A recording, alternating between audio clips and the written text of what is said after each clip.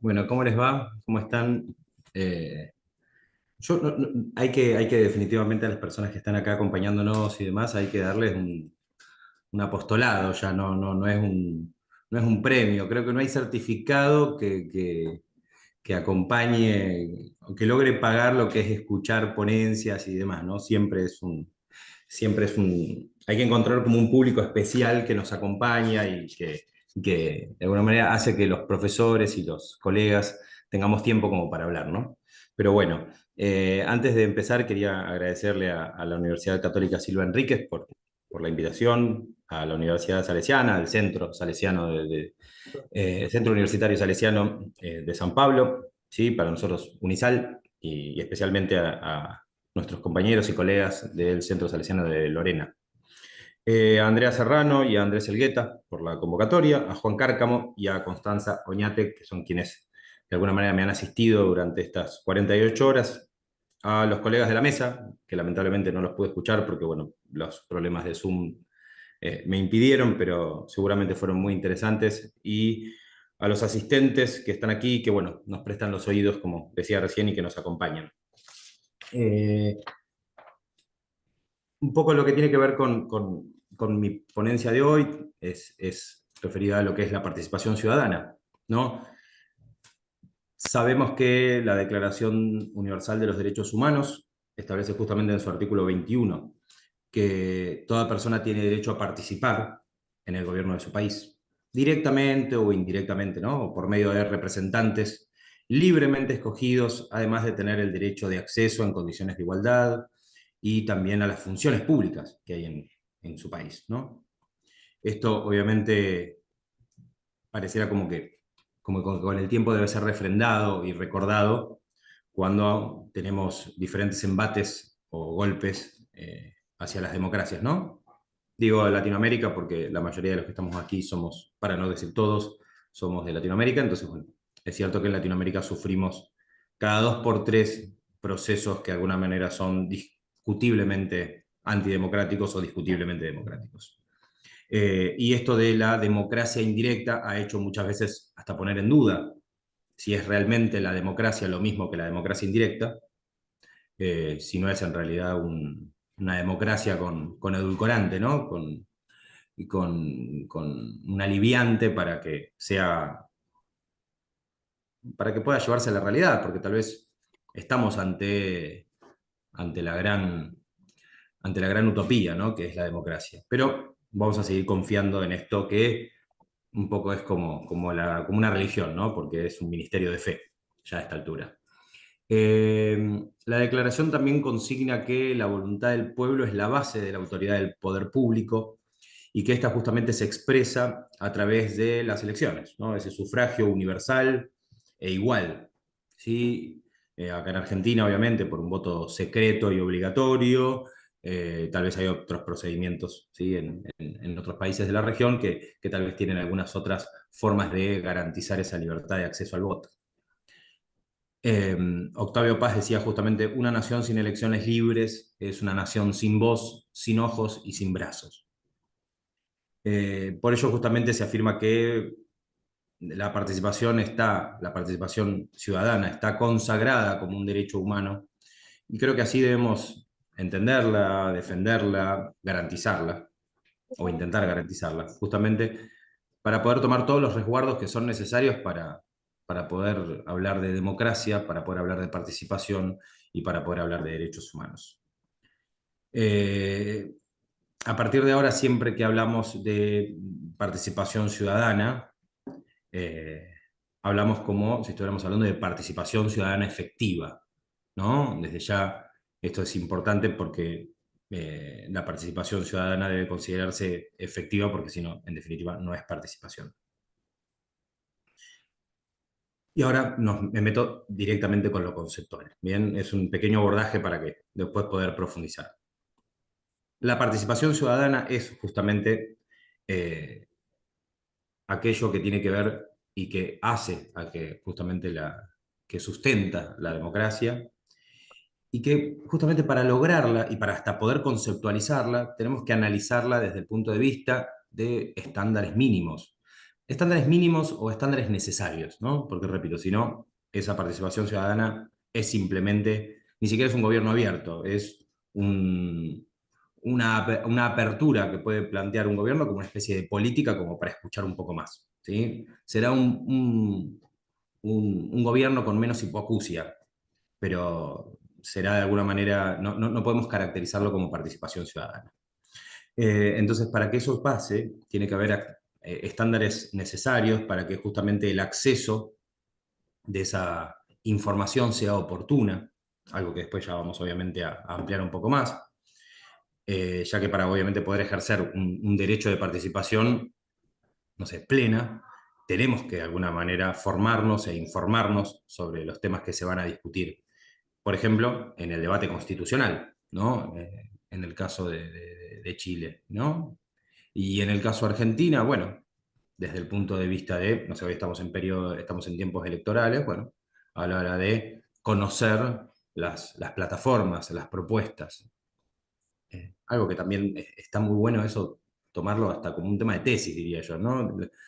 Conocer las propuestas de un candidato no llega a ser siquiera un conocimiento pleno porque después el candidato, una vez electo, puede cambiar. Entonces, no sé si existe hasta una responsabilidad ulterior, ¿no? Si es como que como que les genera un poco de responsabilidad haber prometido que iban a hacer algo o no. Eh, Creo que hay como para mucho, para generar de alguna manera sobre eso, y seguramente lo hay. No he profundizado, pero seguramente lo hay también. Pero yo creo que es muy interesante esto de decir hasta qué punto uno puede cambiar, no digo ni siquiera de banda, sino cambiar de ideología. En Argentina, por ejemplo, tenemos una ley de aborto y muchas personas que se habían propuesto como anti ley de aborto, finalmente después votaron a favor, porque entendieron que era una ley necesaria o no, o porque pensaron que era la forma o no, o muchas personas desde el otro, ¿no? Y viceversa. Pero también hay quienes han dicho que han cambiado de idea, que sus hijos los han ayudado para cambiar de idea. Existen, se podría decir, esas modificaciones, ¿no? De posturas. Entonces, sería interesante, la verdad, que saber eso, ¿no?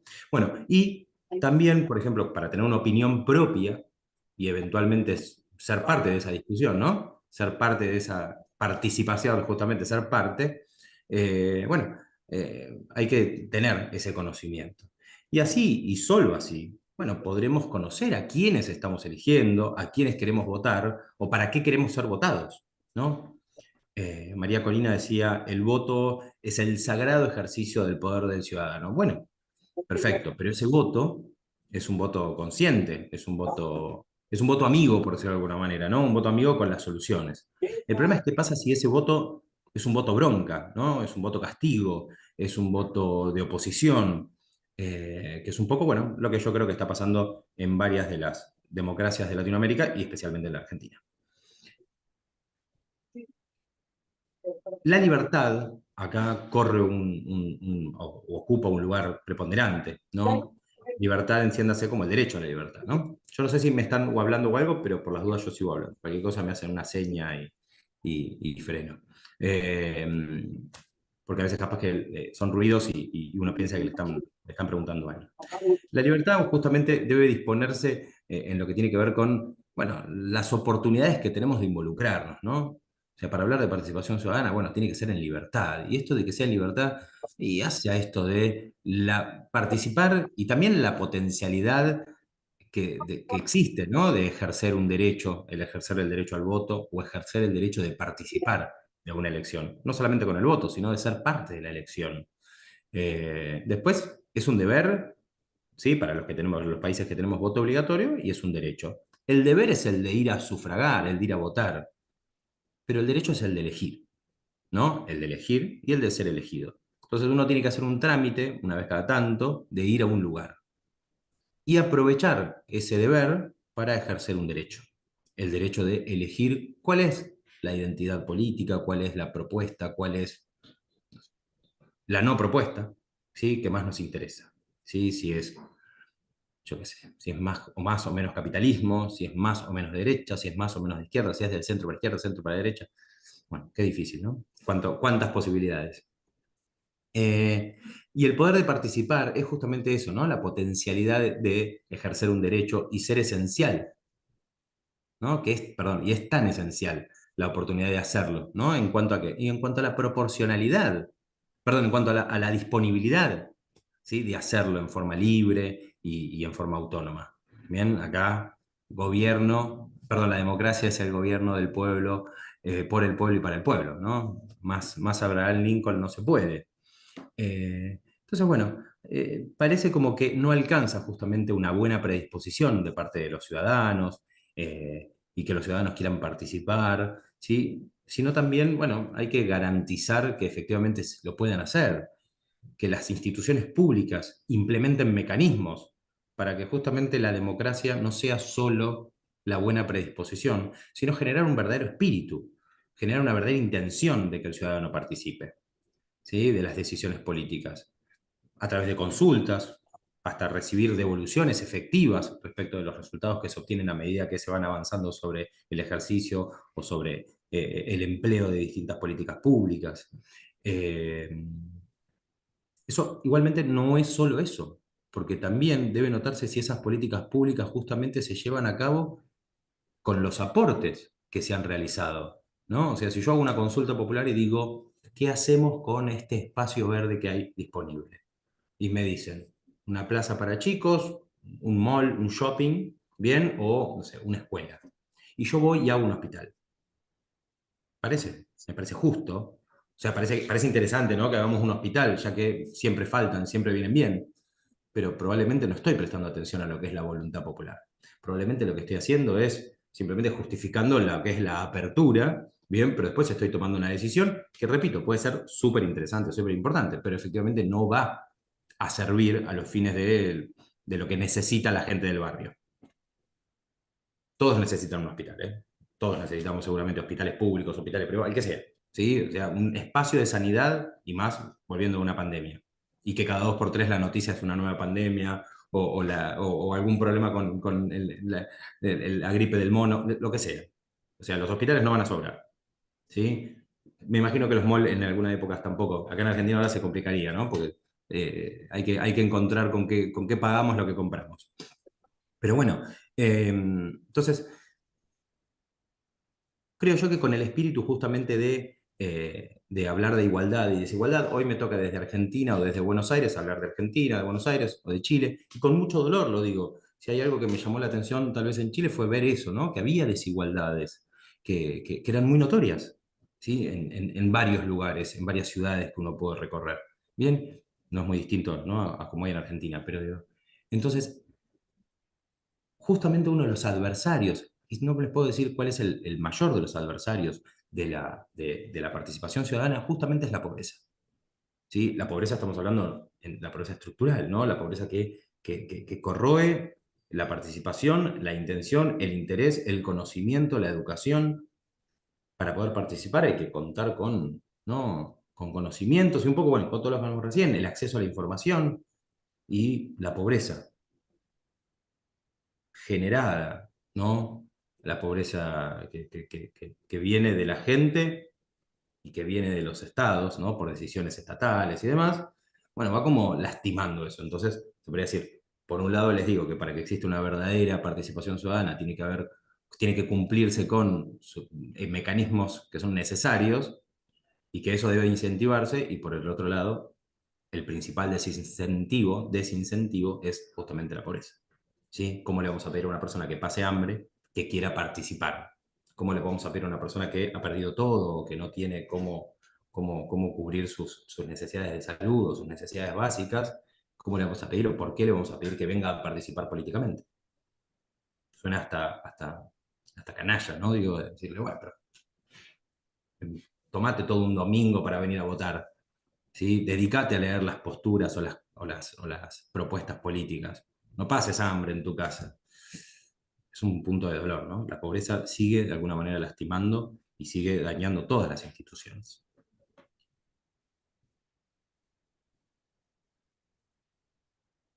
Un poco hablábamos sobre la buena predisposición, sobre la necesidad de tomar esos resultados, hacer esa lectura de lo que la gente necesita en un lugar. Pero para poder seguir avanzando sobre participación ciudadana y esto del derecho humano a la participación ciudadana, que es un poco el planteo, porque no es participación ciudadana y derechos humanos, es el derecho humano de participar como ciudadano, de una participación, como dijimos, ¿no? Efectiva. Y eso se tiene que dar, obviamente, también, sin distinción alguna, sin discriminación, ¿sí? Un poco difícil en el contexto económico, un poco que les contaba recién, económico y financiero. Y sobre todas las cosas, que exista igualdad de oportunidades para el acceso, que no es lo mismo que igualdad entre todos los ciudadanos, que es otra igualdad, ¿sí? No es lo mismo, es otro punto de partida, si yo hablo de la necesidad de que haya una igualdad de condiciones para poder participar políticamente de un lugar.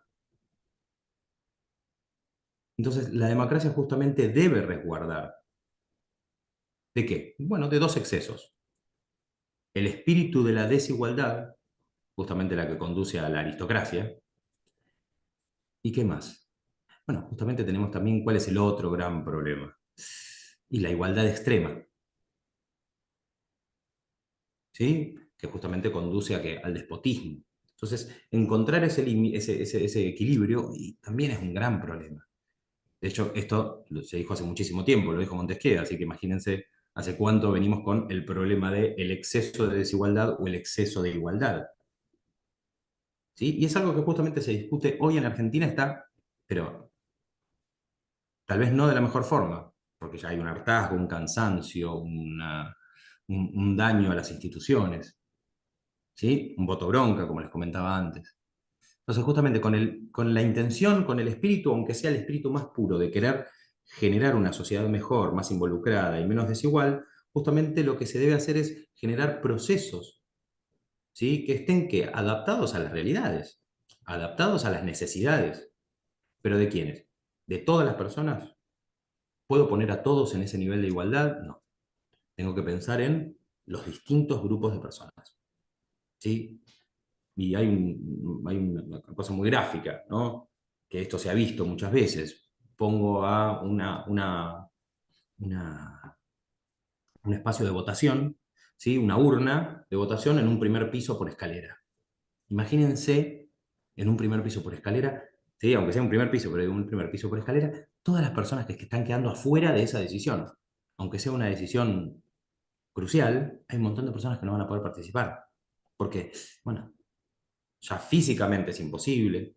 Vamos a ver en qué horario, vamos a ver esto. Ya es la urna a una altura, hay una gráfica de esto, ¿no? Yo estoy tratando de contarlo para que se sienta gráfico, pero hay una gráfica de esto. Entonces, bueno, hay gente que no alcanza, está a una altura, personas con mayor o menor medida de estatura, ¿sí? Personas de talla baja, personas de talla alta, el que es muy alto no llega. Bien. Entonces, todo esto tiene que ver con, para ir concluyendo y para no pasarme el horario, tiene que ver justamente con ir viendo de qué manera podemos generar espacios de participación, ¿sí? Y que esa participación ciudadana pueda llegar, pueda irse como colando a los distintos grupos de personas y a los distintos espacios. Estamos justamente en tiempos también de lo que tiene que ver con planteos de la cultura patriarcal, ¿no? La cultura patriarcal que sistemáticamente ha dificultado la participación de mujeres en altos cargos empresariales, en el sector público, justamente han notado y se ha denotado en el último tiempo, ¿sí? Con mayor vehemencia, que, bueno, faltaba diversidad. ¿Sí? Todos nos dábamos cuenta probablemente, pero nadie lo veía como algo negativo, o hay gente que no se daba cuenta. Varios países justamente han adecuado legislaciones para generar una mayor participación de mujeres, por ejemplo, en poderes legislativos, y así garantizar, bien, un acceso más igual o más igualitario y una igualdad de oportunidades. ¿Sí? De hecho, Kofi Annan dice, la igualdad de género es más que un objetivo en sí mismo, es justamente una condición previa para afrontar el reto de reducir la pobreza, promover un desarrollo sustentable, la reconstrucción de un buen gobierno. ¿Sí? La igualdad de género no es un resultado, perdón, no es un fin, es un medio para transitar. Bueno, las diversidades culturales y las diversidades sexuales pasan por la misma situación, las personas con discapacidad, bien, las que tienen barreras idiomáticas.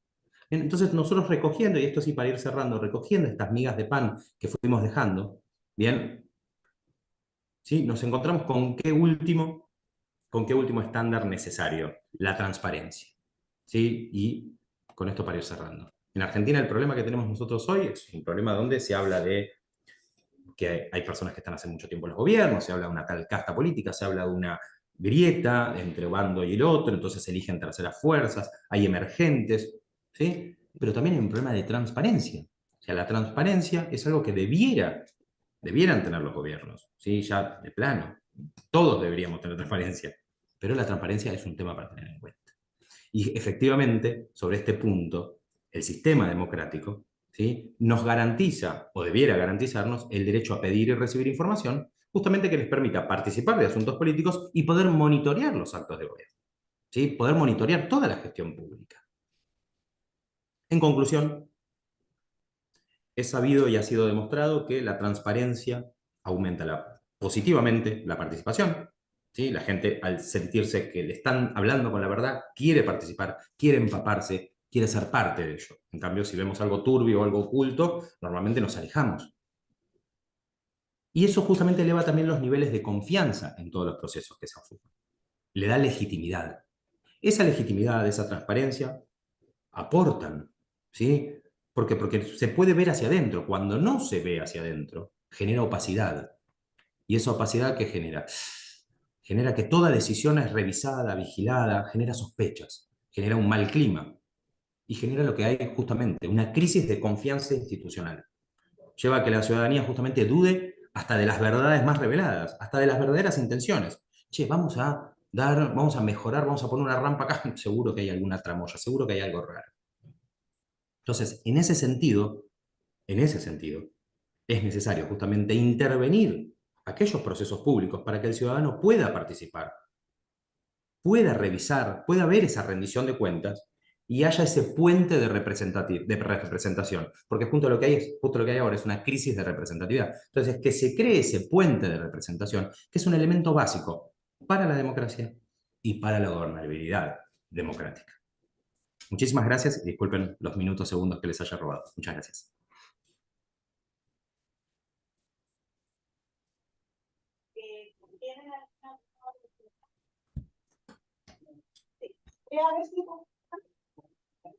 Yo no escucho. Les aviso por dudas.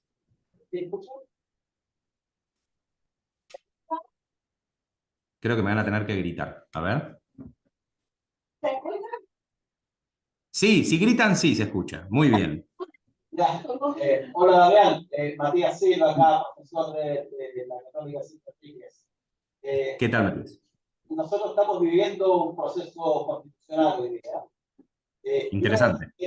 Uno de los temas que siempre sale es el tema de la participación. Y yo quería preguntarte, ¿cuáles son para ti los mecanismos de participación que, para no ser redundante, garantiza una participación más efectiva que podrían ser incorporados en una... Bueno, es interesantísima la pregunta y me voy a tomar la licencia desde ya, Matías, de poder dar una opinión. ¿Sí? Siento que me voy a ubicar en una posición que es, no te digo peligrosa, pero uno agarra y dice, bueno, yo voy a dar mi opinión y parece como que la magnifica, ¿no? Pero te lo voy a traducir en algo que efectivamente que es parte del ejercicio que yo hago en mi trabajo, no como abogado y no como profesor, a pesar de que las clases trato de que sean participativas, tengo mecanismos de feedback con mis clientes, lo cual es muy bueno, y que voy como generando esta participación en asuntos de aquellas personas que tal vez no tienen un conocimiento jurídico, pero sí tienen un conocimiento de qué es lo que necesitan en el caso. Pero algo muy interesante con esto. Yo soy asesor de gobierno en el gobierno de la Ciudad Autónoma de Buenos Aires, ¿sí? Y trabajo en un equipo que se llama Equipo de Diálogo y Políticas Públicas Colaborativas. ¿Qué genera esto? Genera justamente que a través de y estamos hablando, para esto les pongo en el contexto de sociedades polarizadas, bien, donde la discusión normalmente cae en, no, porque si lo dijo, y voy a utilizar nombres de Chile para que se me entienda mucho más, ¿no? No, porque si lo dijo Boric está mal, pero si lo dijo Kass está bien. Entonces yo agarro un texto de Boric y lo pongo, bien, como con una inteligencia artificial, con la voz de Kass, parece que cierta parte del país lo acepta y viceversa. Utilizo esos nombres sin ningún tipo de ideología. Estoy simplemente planteando sobre la última elección. Bien, entonces, efectivamente, acá hay una idea o hay una situación que justamente se da eso. Bien, que si viene de tal lado parece tremendo, pero si bien... Entonces ahí hasta hay unos memes muy interesantes, perdón que memé esta situación, pero lo cierto es que es muy interesante porque a veces se aparece una frase, bueno, o sea, una frase de una canción, bien, imagínenselo, pero con la cara de, no sé, un político o una persona que nada tiene que ver con eso. Entonces sería raro, ¿no? Es como si yo pongo, no sé, la cara de Cast, bien, con, no sé, una letra de una canción que diga, es hora de que nos dejemos de joder y, no sé, nos fumemos todos un porro. Entonces, claro, todos estaríamos como anonadados, diríamos, ¿cómo puede ser? Bien. Y hay otros que dirán, che, qué bueno, la verdad es que yo siempre quise verlo acá en esta postura, bien, o al revés, ¿no? Boric un día dice, todo muy lindo, pero la verdad es que me parece que hay que empezar a reprimir un poco porque Entonces uno dice, uff, ¿qué pasó con Boris? ¿No? Yo digo, llegó al gobierno y cambió. Entonces, este ejercicio, bien que es choqueante, bien, es como también como para jugar un poco con, en realidad, qué era lo que se quería decir, quién lo dijo y todo. Entonces, romper con eso, no digo que yo me dedico a eso, ¿no? Pero digo, romper con eso es a través de mesas de diálogo en el cual se ponen temas en discusión que normalmente están de un lado y del otro, ¿bien? Y que tal vez hasta se rechazan porque están de un lado y del otro. Entonces, lo que se intenta es borrar eso y se realiza, por ejemplo, un diálogo, bien, tratar de conducir ese diálogo, pero no es tratar de olvidar los disensos, sino tratar de conducir los disensos, que muchas veces pueden ser disensos ideológicos y no necesariamente disensos en cuanto a la materia. Bien, por ejemplo, ¿la Constitución de Chile hay que reformarla? Sí, bien. Perfecto, estamos de acuerdo con eso. ¿Hay que reformarla de esta manera, de lo otro? Entonces, capaz que simplemente porque estamos parados en, no sé, bandos políticos, puede ser que hasta lleguemos a rechazar algo que puede ser muy bueno y muy sano, pero simplemente como lo dice tal o cual, puede que lo rechacemos. Entonces, tal vez y a veces es, no digo despolitizarlos, porque no sería despolitizarlos, sino es la despartidización, ¿no? De las cosas, tratar de sacarles esa matriz ideológica y tratar de desmenuzar el concepto de lo que se está tratando de modificar, y eso explicarlo a través de qué. Bueno, tal vez llegar a través de la ciencia, ¿no? Acá estamos hablando de, por ejemplo, políticas públicas basadas en evidencia. Bueno, es traer a un científico que venga y nos diga, no, miren, el aborto no solamente está mal, porque yo soy religioso y la verdad es que no me gusta, sino que también puede llegar a causar más muertes que las que te intenta resguardar. Entonces, eso sí es un gran riesgo. Pero bueno, lo importante es de alguna manera eso, tratar de borrar esas barreras ideológicas. El ejemplo del aborto es simplemente un ejemplo, no lo tomo como algo literal, no soy ni científico ni siquiera concuerdo, pero digo, hay que de alguna manera ver eso, ¿no? Cómo lo podemos como tamizar un poco el diálogo para que efectivamente sea la materia lo que se trata de discutir y no la cuestión ideológica. Hay alguna otra pregunta. Eh, Hola, bueno, como usted me escucha,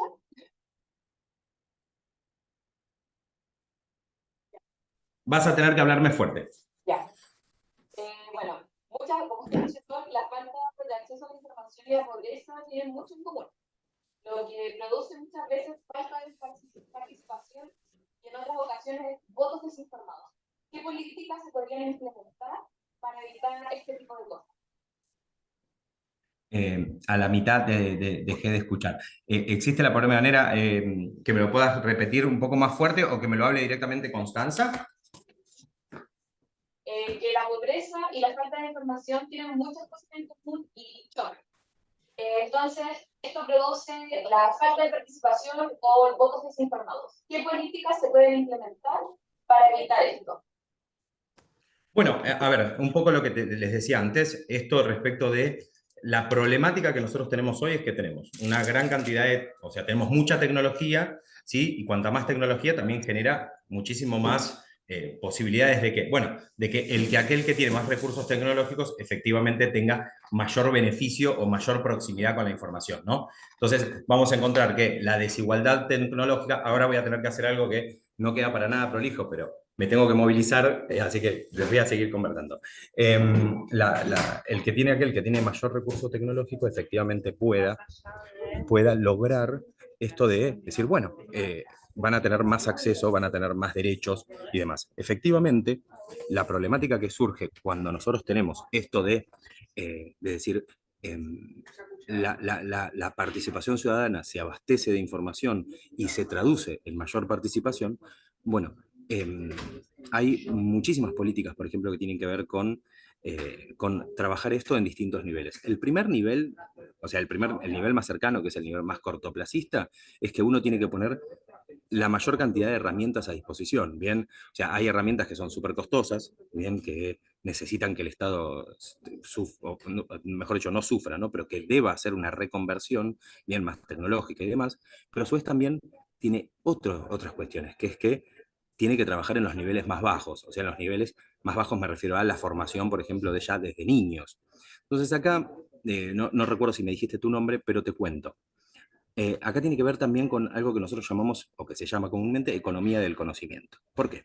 Porque la economía del conocimiento es la que justamente trabaja en cuanto a garantizar no solamente que lo que hoy se puede medir, ¿sí? Que es, no sé, cuántas jóvenes, hombres o mujeres trabajan, cuántos jóvenes y hombres trabajan y estudian, cuántos solamente estudian, cuántos abastecen al Estado pagando impuestos y cuántos de alguna manera viven de esos impuestos, ¿no? Bueno, todo eso sería la economía actual. Pero la economía del conocimiento es aquello que no se cuantifica, pero es aquello que yo hoy estoy alimentando de alguna u otra manera. Bien, por ejemplo, no sé, acá en Buenos Aires, en la ciudad de Buenos Aires, se dan cursos de programación, bien, programación, bien, informática estamos hablando.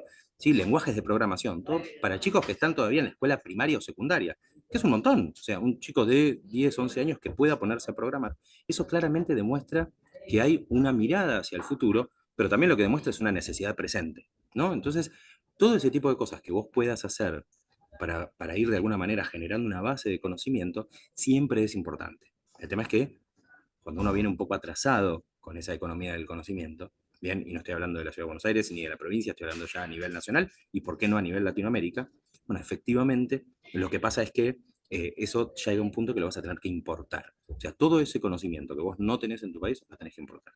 Bueno, en este caso, en cuanto a la participación, es algo bastante similar, bien, no por hablar de economía, sino por hablar de alguna manera, de acceso, que para que esas personas que no accedían hasta el momento puedan acceder, efectivamente lo que vos vas a necesitar es que el acceso ese sea lo más, que esté garantizado el acceso. Bien, ¿a través de qué? Bueno, a través de mecanismos de educación y demás. Por ejemplo, nosotros que trabajamos en esto de generar estas actividades que le comentaba recién al profesor Silva, bueno, efectivamente nosotros tenemos lo mismo en cuanto a lo que es participación ciudadana. Tenemos una dirección de participación ciudadana, bien que se dedica efectivamente a generar espacios de participación, espacios de capacitación, ¿sí? Si ustedes me van a hablar de gasto público, sí, claro, hay gasto público en base a esto. ¿Sí? No, esto no es gratis. Hay una planta de trabajo, hay una plataforma informática, hay actividades que se tienen que establecer. Pero justamente para lo que se trabaja es para garantizar la participación. Porque a corto plazo vos tenés un gasto, pero a largo plazo, ¿sí? Esa participación se va a traducir en más de derechos humanos. No es solamente algo de decir, bueno, pero estamos trabajando por los derechos humanos. No, estamos trabajando por todos los derechos y justamente por lo que estamos trabajando también es por generar que esa participación reduzca otros costos, otros gastos, ¿sí?